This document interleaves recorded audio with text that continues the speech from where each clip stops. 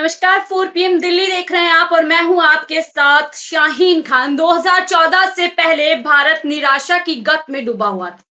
हताशा और निराशा से भरा हुआ भारत एक तरीके से 2014 से पहले हुआ करता था और अब 2014 के बाद का भारत आत्मविश्वास से लबरेज है। इस तरीके का बयान देकर के प्रधानमंत्री मोदी जी अपने ही भाषण में फंस चुके हैं और अब विपक्ष उनको पूरी तरीके से घेरने का काम करे कि विदेशी सरजमी पे प्रधानमंत्री मोदी ने पूरे भारत का अपमान किया है।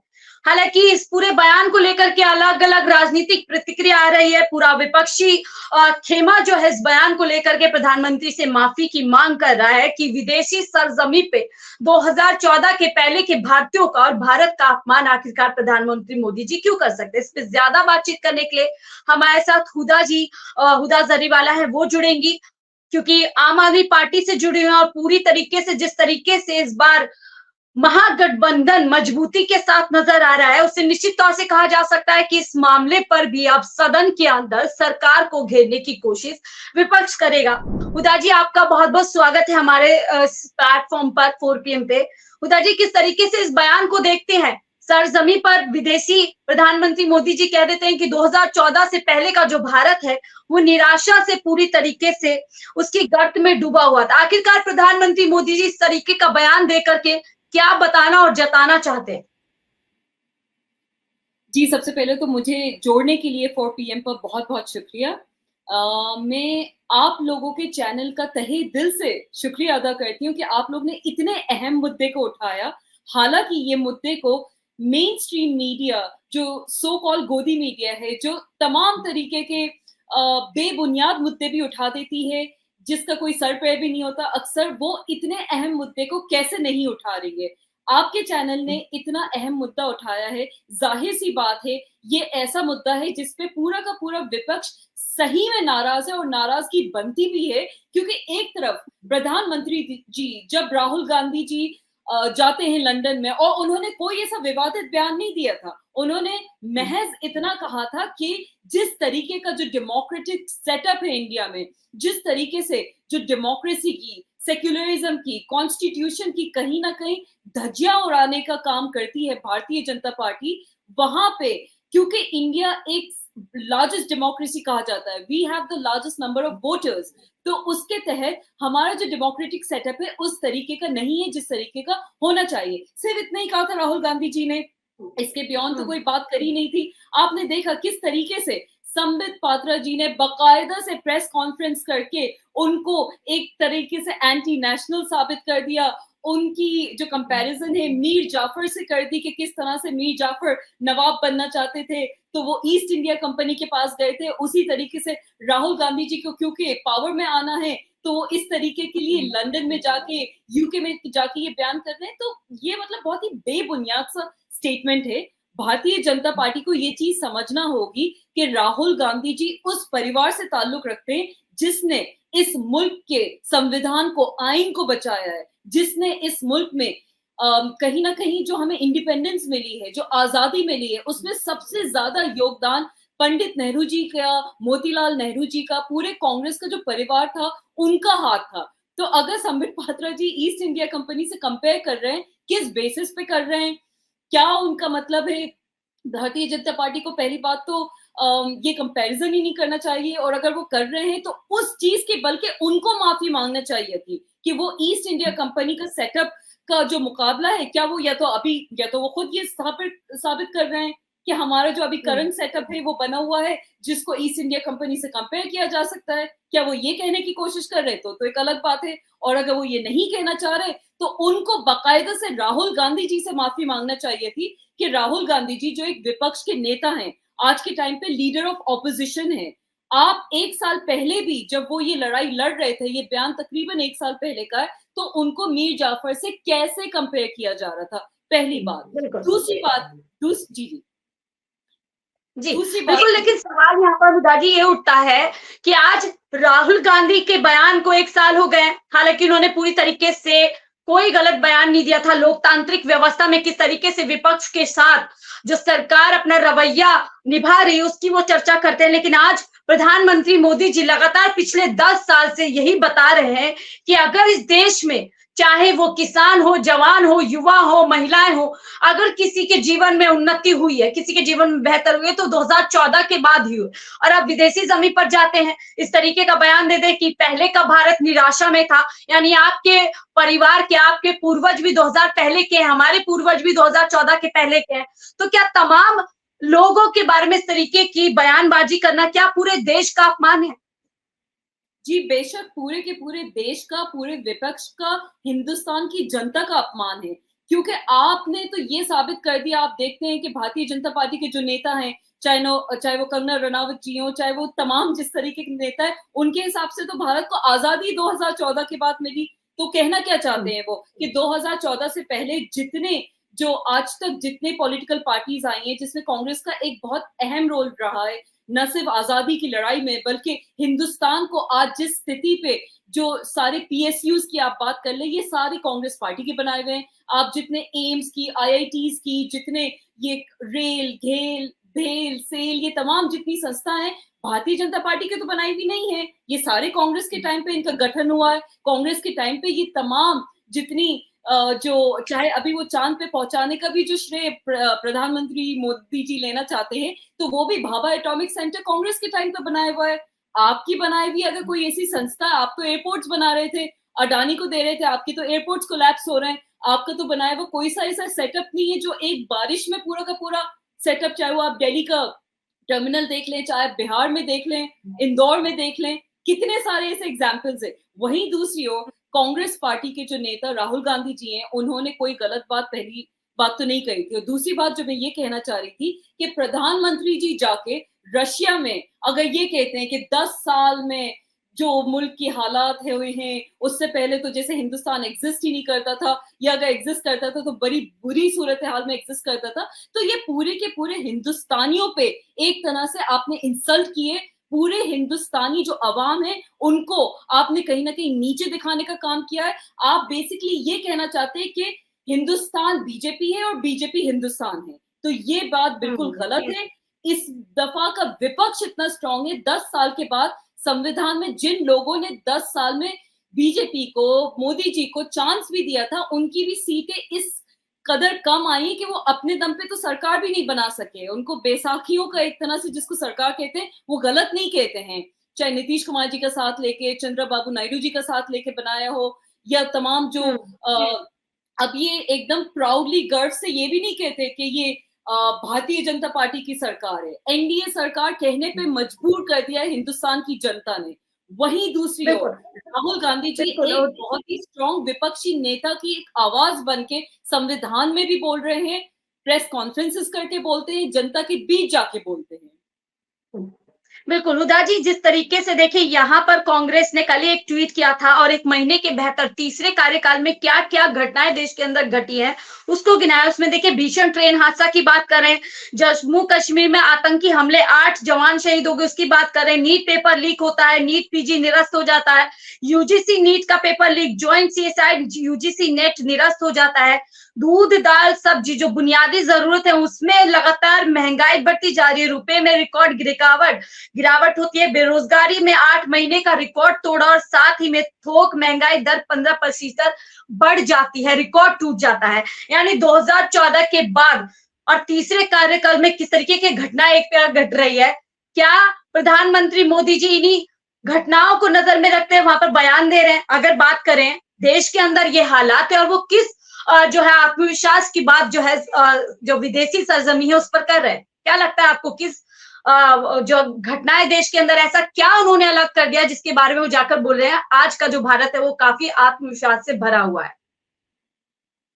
मुझे ये नहीं पता कि प्रधानमंत्री जी कौन से आत्मविश्वासिक भारत की वो बात कर रहे हैं, क्योंकि देखा जाए तो आपने ये तमाम जितने मुद्दे गिनवाए, उसके अलावा कई सारे ऐसे मुद्दे हैं जिस पे आज तक भारतीय जनता पार्टी का मुंह नहीं खुला है। ना ही मीडिया वाले उनसे जाके ये सवाल करते हैं। मणिपुर में कितनी बात हो गई, पार्लियामेंट में पूरा एक सेशन शुरू होके खत्म हो गया, मणिपुर का कहीं जिक्र नहीं निकला। आपने स्पीकर और डिप्टी स्पीकर के चुनाव पे किस तरीके का भारतीय जनता पार्टी ने बवाल मचाया था, हम सब ने वो देख लिया। कायदे से डिप्टी स्पीकर की जो पोजीशन होती है वो नॉर्मली विपक्षी दल के पास होती है, उसको तक सेलेक्ट करने में, इलेक्ट करने में इतना बवाल मचा। पहली दफा ऐसा हुआ है कि स्पीकर तक के जो पोजीशन थी उस तक पे चुनाव करवाना पड़ा, ऑपोजिशन को अपना एक नेता उतारना पड़ा। तो बात यहाँ तक आ गई है कि संविधान की जो बचाने की बात हो रही है वो कोई गलत बात नहीं है। पूरा विपक्ष इस चुनाव को इसी तौर पे लड़ा भी है और इतनी भारी बहुमत से जीता भी है कि ये जो चुनाव था ये जीतने के लिए था ही नहीं, ये चुनाव था हिंदुस्तान के संविधान को बचाने के लिए, जिसका काम बखूबी विपक्षी तमाम दल के लोग कर रहे हैं। वहीं दूसरी ओर प्रधानमंत्री जी जाके रशिया में एक ऐसे लीडर के सामने जो अपने आप में एक इतना बड़ा डिक्टेटर है, रशिया में कोई डेमोक्रेटिक सेटअप नहीं है, रशिया में कोई अगर वोटिंग का भी जो तरीका होता है तो वहां पे हमें पता है कि जीतना सिर्फ और सिर्फ पुतिन को ही है। तो अगर वो पुतिन जी के सामने जाके इस तरह की बात करते हैं तो कहीं ना कहीं या तो वो हिंदुस्तान को रशिया से कंपेयर कर रहे हैं, इसका तो ये मतलब हुआ कि प्रधानमंत्री जी के दिमाग में रशिया और हिंदुस्तान का सेटअप एक ही है, जबकि ऐसा बिल्कुल नहीं है। रशिया में इतनी स्ट्रांग विपक्ष हो ही नहीं सकती, कहीं वहां पे कोई ना, वहां पे फ्रीडम ऑफ प्रेस है ना, वहां पे लोग खड़े होके संविधान में अपने हक, संविधान के लिए या पार्लियामेंट में जाके अपने हक के लिए लड़ सकते हैं। चाइना में लोग नहीं लड़ सकते। दूसरी ओर हिंदुस्तान में कहीं ना कहीं इतनी बुरी सूरत हाल होने के बावजूद, और वो सूरत हाल जो भारतीय जनता पार्टी ने हिंदुस्तान की बना दी है, किस तरीके से जर्नलिस्ट को यहाँ पे मार दिया जाता है, किस तरीके से मीडिया कहीं कोई विपक्षियों का सवाल ही नहीं उठाना चाहती, मीडिया तमाम की तमाम सिर्फ वो बोलती है जो प्रधानमंत्री जी उनसे बुलवाना चाहते हैं, जो मेन स्ट्रीम मीडिया की मैं बात कर रही हूँ। बहुत आप जैसे तो कई ऐसे चैनल्स हैं जो बहुत अच्छा काम कर रहे हैं। अनफॉर्चुनेटली ये दौर आ गया है कि हमें जो सही न्यूज है वो यूट्यूबर्स से कहीं ना कहीं ज्यादा मिल रही है बनिस्बत मीडिया से। तो ये कौन से दौर की प्रधानमंत्री जी बात कर रहे हैं, या कौन से इस तरह की कौन से ऐसे भारत की बात कर रहे हैं जिसमें बेरोजगारी चरम सीमा पर है, जिसमें लोगों के हक की हित की बात नहीं होती है। आज तक किसानों को एमएसपी देने की बात करके पीछे हटी हुई है भारतीय जनता पार्टी। यहाँ पे लोग सुसाइड कर लेते हैं, जो इतना भारी बहुमत लोन होता है किसानों के पास, इतना उसके आंकड़े पे आंकड़े आते रहते हैं, कोई बात नहीं होती। महिला सुरक्षा की कहीं बात नहीं होती है। 33% रिजर्वेशन की जो बात कही थी महिलाओं की पार्लियामेंट में, कहाँ उसका कितनी उस पर बड़ी इन्होंने बाकायदे से उसको एक इतना बड़ा मुद्दा बनाया था कि देखिए हम रिजर्वेशन दे रहे हैं। आज इस दफा की जो कैबिनेट है भारतीय जनता पार्टी की, उसमें पिछले कैबिनेट से भी कम महिलाएं हैं। तो कौन सी भारत की वो बात कर रहे हैं, ये वही जाने। बिल्कुल बिल्कुल बिल्कुल, यानी तमाम आपने घटनाएं गिनवा दी किस तरीके से किसान से लेकर जवान, जवान से लेकर युवा, तमाम लोग और खासतौर से महिलाएं किस तरीके से देश के अंदर 2014 के बाद लगातार अपनी बुनियादी अधिकारों के लिए संघर्ष कर रही है। उसके बावजूद किस नए भारत की या फिर आत्मविश्वास की बात प्रधानमंत्री मोदी विदेशी सरजमी पर कर रहे हैं, एक बड़ा सवाल है। और फिर हमें जो है अंतिम चरण की तरफ, अपनी चर्चा की तरफ जाएंगे। उदा जी, कैसे आप देख रहे हैं कि जब राहुल गांधी विदेशी सरजमी पर जाते हैं, उन्हें इन्वाइट किया जाता है, वो वहां पर स्पीच देते हैं और फ्रीडम ऑफ स्पीच और तमाम मुद्दों पर बात करते हैं जो हमारे देश में थे भी उस समय, उसको लेकर के पूरी लॉबी भारतीय जनता पार्टी की उनके पीछे पड़ जाती है, माफी की मांग होती है। स्मृति ईरानी से लेकर राजनाथ सिंह, तमाम बड़े बड़े नेता बीजेपी के प्रेस कॉन्फ्रेंस करते हैं। क्या अब इस मुद्दे के बाद, इस बयान के बाद आपको लगता है वो लोग माफी की मांग अपने ही खेमे से, अपने ही प्रधानमंत्री से करेंगे जो विदेशी सरजमी पर इस तरीके की बात कहकर? और साथ ही में जो मीडिया ने बड़े बड़े जो है डिबेट शो किए थे इस पूरे मुद्दे पर राहुल गांधी के, क्या वो मीडिया सवाल कर पाएगा कि आप विदेशी सरजमी पे किस तरीके का बयान देकर के आ रहे हैं? भारतीय जनता पार्टी के द्वारा प्रधानमंत्री मोदी जी का ये जो बयान है वो बेहद अफसोसनाक है। इस पे इनफैक्ट विपक्षी दलों को, राहुल गांधी जी को माफी की डिमांड करनी चाहिए। अगर वो नहीं कर रहे, मैं तो कहूंगी उनका बड़प्पन है कि वो नहीं कर रहे, लेकिन कायदे से खुद भारतीय जनता पार्टी के लोगों को अपने प्रधानमंत्री जी से ये डिमांड करना चाहिए कि आपने गलत बयानी से बात करिए, क्योंकि बीजेपी में भी कई सारे ऐसे नेता हैं जो 2014 से पहले के, कितने सारे तो कांग्रेस से आए हुए नेता हैं, कितने सारे ऐसे नेता हैं जिनकी शायद पूर्वजों ने आजादी की लड़ाई में हिस्सा लिया होगा, कितने सारे ऐसे नेता हैं जो आर्मी बैकग्राउंड से होंगे, जिनके ग्रैंड पेरेंट्स ने, जिनके बड़ों ने आजादी की लड़ाई लड़ी होगी। तो कहीं ना कहीं ये बयान पूरी भारतीय जनता पार्टी पे भी एक सवाल, ये निशान उठाता है। अगर प्रधानमंत्री जी, माफ कीजिएगा मैं बीच में इंटरप्ट कर लूं, 6 साल खुद भारतीय जनता पार्टी के जो है प्रधानमंत्री देश के अंदर रहे अटल बिहारी वाजपेयी, तो क्या उनका भी अपमान वो अपने इस बयान से कर रहे हैं?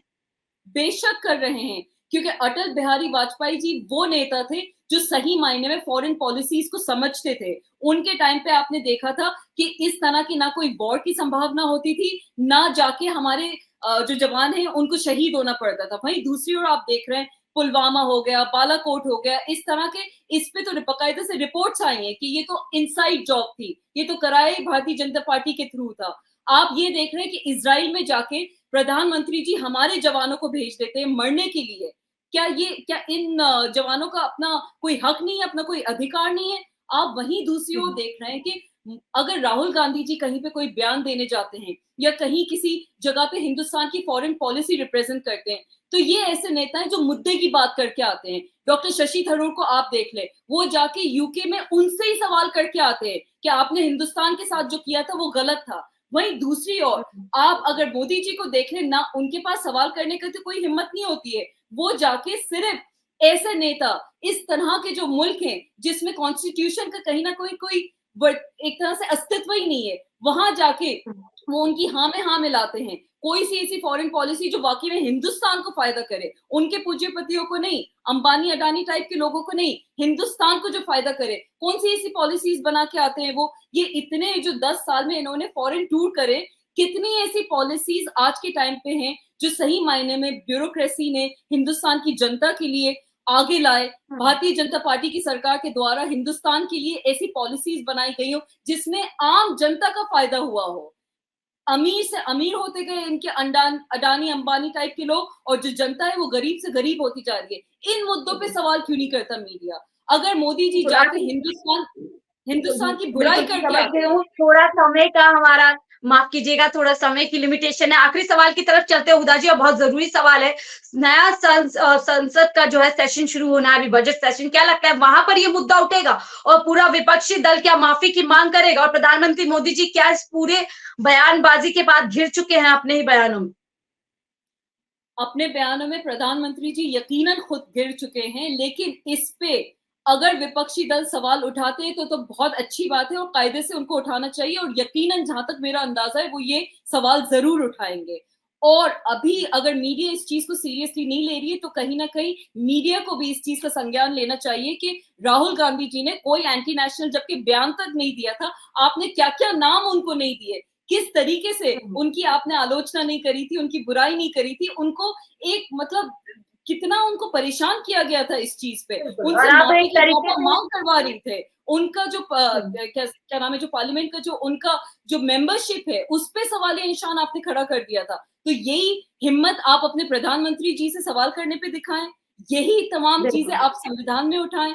और सीधी सी बात तो ये है कि मैं क्योंकि आम आदमी पार्टी की तरफ से यहाँ पे बोल रही हूँ, हमारे जो सीएम साहब है अरविंद केजरीवाल जी, उनको ये जो केस है ईडी का अगस्त 2022 से चल रहा है, आज जाके ईडी कहीं ना कहीं अपनी चार्जशीट में उनका नाम लिख रही है, लेकिन कहीं पे कोई प्रोसीड्स ऑफ क्राइम एस्टैब्लिश नहीं हुआ है, कोई मनी ट्रेल एस्टैब्लिश नहीं हुई है, कोई उनके पास इस तरह के प्रूफ नहीं जिस पे अरविंद केजरीवाल जी को वो गलत साबित कर सके। तो ये तमाम जो विपक्षी नेताओं को सताने की जो प्रतिक्रिया है उस पे बहुत सीरियसली मीडिया को भी बोलना चाहिए, उस पे बहुत सीरियसली विपक्षी नेता तो बोल ही रहे हैं, और कहीं ना कहीं इस दफा का 2024 का जो बीजेपी का दल है, एनडीए का दल है जिसको कहना चाहिए, वो ये बात जानता है कि ये विपक्ष चुप नहीं बैठने वाली। ये विपक्ष के साथ आप नाइंसाफी खुले आम तौर पे जिस तरह से आप 10 साल में करते हैं वो नहीं कर पाएंगे, और यकीनन आने वाला जो बजट सेशन है वो इंटरेस्टिंग रहेगा। हुदा जी बहुत बहुत शुक्रिया हमसे जुड़ने के लिए, और काफी अच्छे से आपने अपनी बातचीत को रखा है।